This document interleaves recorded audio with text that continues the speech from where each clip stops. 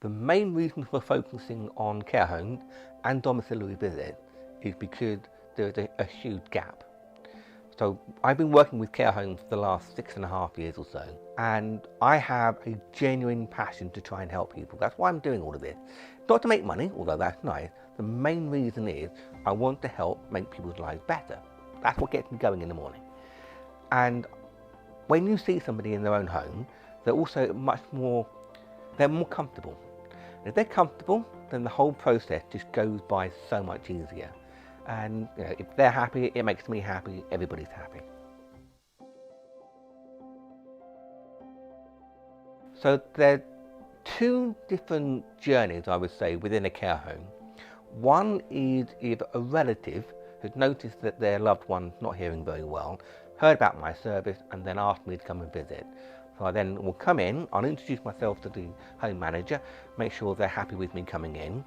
Then I'll have an assessment with the person to find out what the issue is.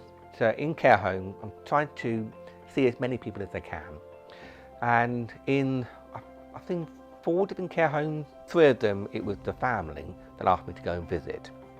One care home was the opposite, it's the second journey, which is where the home manager heard about my service, said I've got 3, 4, 5 people who we know have major problems, but because of COVID, they've not been able to go to where the microsuctionist was.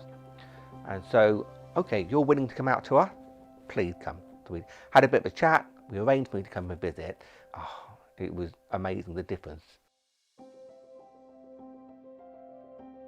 So the remote review feature has been extremely helpful, especially as I'm quite new in my microsuction journey, if you like, to have that ENT specialist kind of looking over my shoulder there if I need it has been extremely helpful. And I've actually used it already on a couple of occasions. One where I noticed there were kind of red spots on the inside of the skin. Wasn't sure that was a big issue or not. Took a picture, sent that off. A couple of hours later, I had a response saying it's absolutely fine. Ask the gentleman if it itches. If it does, ask him to go to the GP.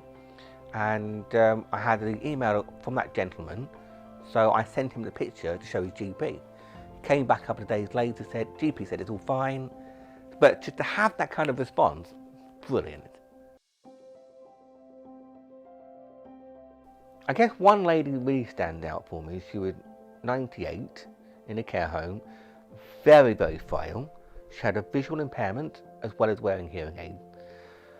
Because of COVID, she'd not been able to be looked at, and she normally was seen every 6 months, and this had been 2.5 years at this point. She was wearing hearing aids, but all she was doing was just screaming because she couldn't hear anything, she couldn't see anything, so she was kind of trapped in her own little world. So I had to kind of introduce myself without her really being able to understand me. So that was a real challenge. But the carer that was with her, that she knew very well, was absolutely brilliant. Got her nice and calm. We managed to get through what we were trying to do. We did it very, very carefully, stopping often. But once that wax came out, hearing aid went in, everybody, not a dry eye in the house, I tell you. Oh, it was wonderful. And yeah, that was definitely one of my best days.